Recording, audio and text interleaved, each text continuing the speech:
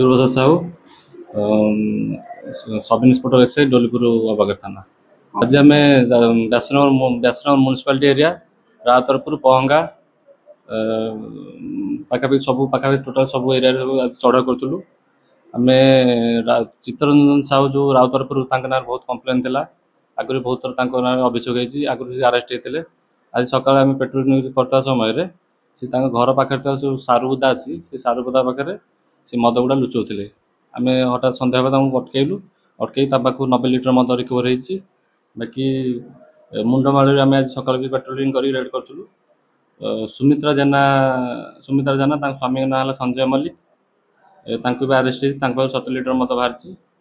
बाकी हुड़ी साई भी आम चढ़ाऊ करूँ व्यासनगर अंचल हुड़ी साई अनिल पात्र पाखर 15 लिटर देशी मद जबत होती।